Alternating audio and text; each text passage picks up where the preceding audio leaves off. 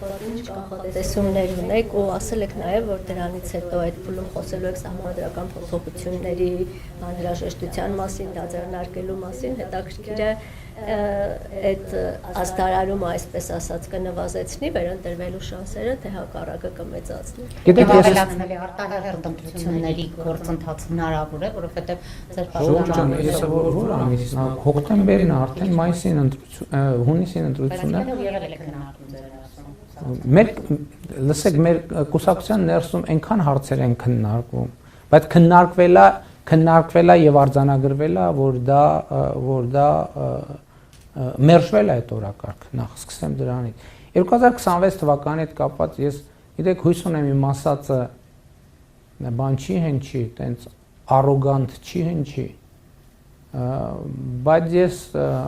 մեծ համոզմունք ունեմ, որ 2026 թվականի խորհրդարանական ընտրություններում ժողովուրդը Հայաստանի կառավարման մեզ տված մանդատը երկարացնելու է։ Ինչու՞։ Որովհետև այս քաղաքականությունը, խաղաղության օրակարգը, որը մենք վարում ենք, այդ քաղաքականության հեղինակը ժողովուրդն է։ Տեսեք, ընդդիմությունը ես հասկացա, որ կուսակցության համաժողովում ի ունեցած ելույթի այդ հատվածը կամ չի նկատվել կամ չնկատելու է տրվում։ Մենք 2000 շատ է խոսում, չէ՞, ծրագրերի, նախընտրական ծրագրերի։ Ես ելույթում ինչ ասացի, 2021 թվականի նախընտրական process մենք մտել ենք ստանդարտ երրորդ հանրապետությանը հատուկ ռազմահայրենասիրական նախընտրական ծրագրով։ Այսինքն ոնց որ տենց այն մոդելով ԿՊ դաշնակցական նախընտրական ծրագիրը գրել ենք, մտել ենք նախընտրական քարոզարշավի մեջ։ Բայց հնդածս ժողովուրդը, եւ դա ես ասել եմ դեռևս 2021 թվականի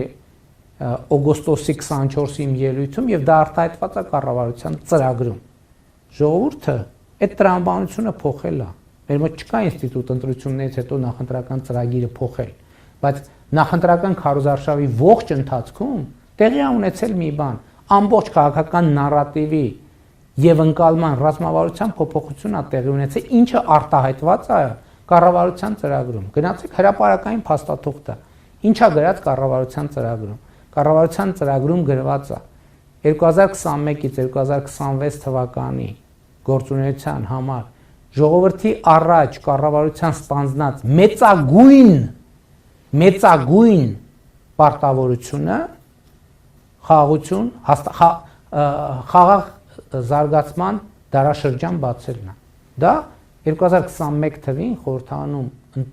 քվեարկված ծրագիրն է։ Այդ որ մեզ ասում են ծրագրի չէ, մենք մեր ծրագրում գրել ենք, որ մեր մեծագույն պարտավորությունը խաղաղության դարաշրջան բացելն է։ Մեծագույն ինչ է նշանակում։ Նշանակում է, որ դա ամենակարևորն է, կարևորների կարևորը։ Դրանից ավելի կարևոր բան չկա։ Այսինքն այս օրակարգի նկատմամբ մյուս թեմաները ստանում են երկրորդական բնույթ։ Եվ մենք մեր մեծագույն պարտավորությունը կատարել ենք։ Եվ ընդ որում ես ասում եմ, որ դա այդ փաստաթուղթը դրված է եւ ընդունվել է 21 թվականի կառավարության ծրագիրը եւ հրապարակային կարող եք մտնել, փնտրել եւ այդ նախադասությունը գտնել։ Եվ հետեւաբար որևէ մեր կառավարությունը ձևավորման առաջին օրից հետևել է իր մեծագույն պարտավորությանը եւ կատարել է իր մեծագույն պարտավորությունը եւ հետեւաբար ընդ որում այդ մեծագույն պարտավորությունը ձևակերպել է ժողովուրդը։ Ժողովուրդն է ձևակերպել։ Եվ ժողովուրդը իր ձևակերպած խաղաղության օրակարգի ճակատագիրը պետք է որոշի 2026 թվականի խորհրդարանական հերթական ընտրություններում եւ պատմականորեն